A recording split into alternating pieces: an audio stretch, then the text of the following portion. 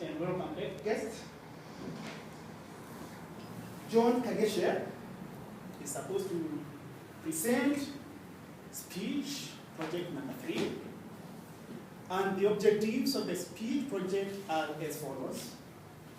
He's supposed to select the right words and sentence structure to communicate his ideas clearly, accurately, and vividly. He is also supposed to use rhetorical devices to enhance and emphasize his ideas. And number 3, he is supposed to eliminate jargon and unnecessary words with the correct use of grammar. John has 5 to 7 minutes to present his speech project. Welcome. Thank you for the introduction. I want to welcome John, but just introduce him briefly. John is an investor. He's the first person I've met who competes with me in terms of financial management. And I was very excited to get somebody else who can learn something from. And the most exciting thing he said is that he can help me double my money in a month. Now that is very far from the 12 months he's giving me. So I think the credit should go to John. He's an investor, a trainer, a host, and an aspiring professional public speaker. Let's help me welcome John to the stage.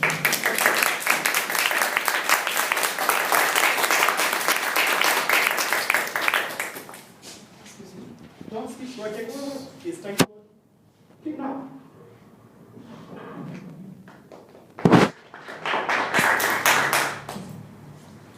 Unbelievable. The 3rd ATM offline. The 4th M-Pesa agent without float. And the 5th time my online banking password is being declined. I cannot access my own money. Held captive by those who have it. In essence, I'm kidnapped. Whoever said being kidnapped is being taken against one's will, ill-informed he must have been. You see, I willingly opened my bank account. I willingly registered for M-Pesa services. And I willingly accepted to be accessing my money online. Yet despite these conscious decisions, here I am, kidnapped. What's an unlucky man to do when he cannot access his own money? The irritating banks won't open for longer hours. The registering from M-Pesa is not the better option. And those with itchy fingers won't let me keep my money under my mattress. And so I remain kidnapped. Having kidnapped me in this fashion, my captors now demand ransom.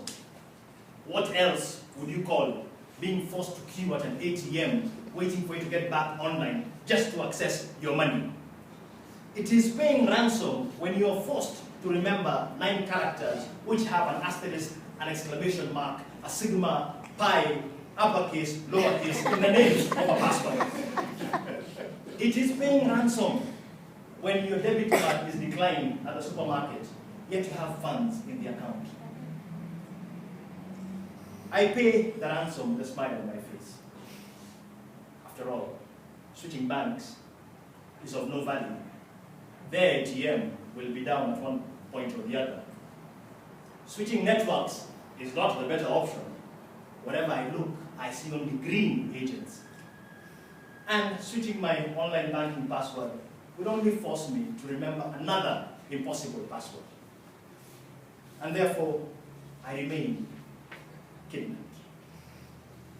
You may remember the story of a High Court Justice, Evans Ombiga, who, having done his monthly shopping, presented his Visa credit card to the cashier, and 5 minutes later was told, "Sorry sir, we are unable to serve you.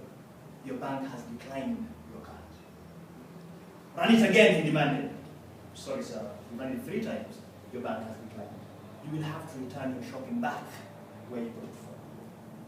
He hit the roof and he decided to take his kidnappers head on. He sued the bank for 20 million shillings. And his grievance? Pecuniary embarrassment. I consulted Webster, who told me pecuniary means financial. I say this is the way to go. I say we refuse to pay ransom. I say we break our shackles and we escape from Sobibo. Imagine us, Rosie, demanding our pound of flesh. Imagine us, Michael, saying no more, we've had it. Imagine us, Mr. President, suing our captors for 20 million shillings each. Alas, it can only remain an imagination.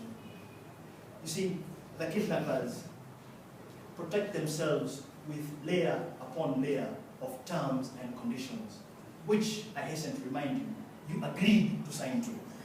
And they tell you, take us to court, prove to us that it was our lines that were down, prove to us it is not the supermarket that did not know how to use the machine, and on and on and on. And therefore, Toastmasters, we remain kidnapped. Responsible kidnappers, if ever such a term existed, have an end in sight. You pay them ransom, they release the victim. This particular caliber of kidnappers I find myself under must be a sadistic lot. Why do I say that? Because there is no end to it. The ATM is here to stay, whether on or offline. There is reason why this is referred to as a cell phone. You are imprisoned by it, and therefore M-Pesa. And since robbers won't let me carry wads of cash around with me, plastic it is.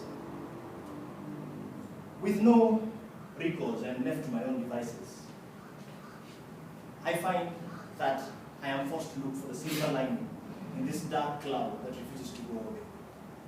And therefore, I shall exchange business cards with my fellow kidnapped victims as we await for the ATM to come back online. I shall exercise my breathing techniques to calm me down every time the cashier tells me we have to call the bank to find out why your card is being declined. And I shall save my password, my impossible password, on my cell phone. And why would I do that? Because the bank and M-Pesa are not my real kidnappers. Technology is. And I read somewhere that technology is a queer thing. On the one hand, it gives you great gifts, while on the other, it stabs you in the back. Mr. Toastmaster.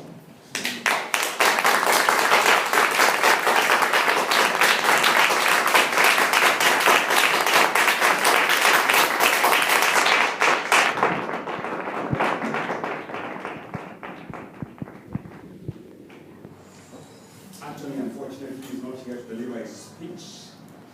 Therefore, in the extenuating circumstances, I'd like you to allow me to invite the Vice President of Education to give us a 3-minute statement on the role of Nairobi Toastmasters Club in Vision 2030. Just before you come, just to remind you, please vote on the better speaker.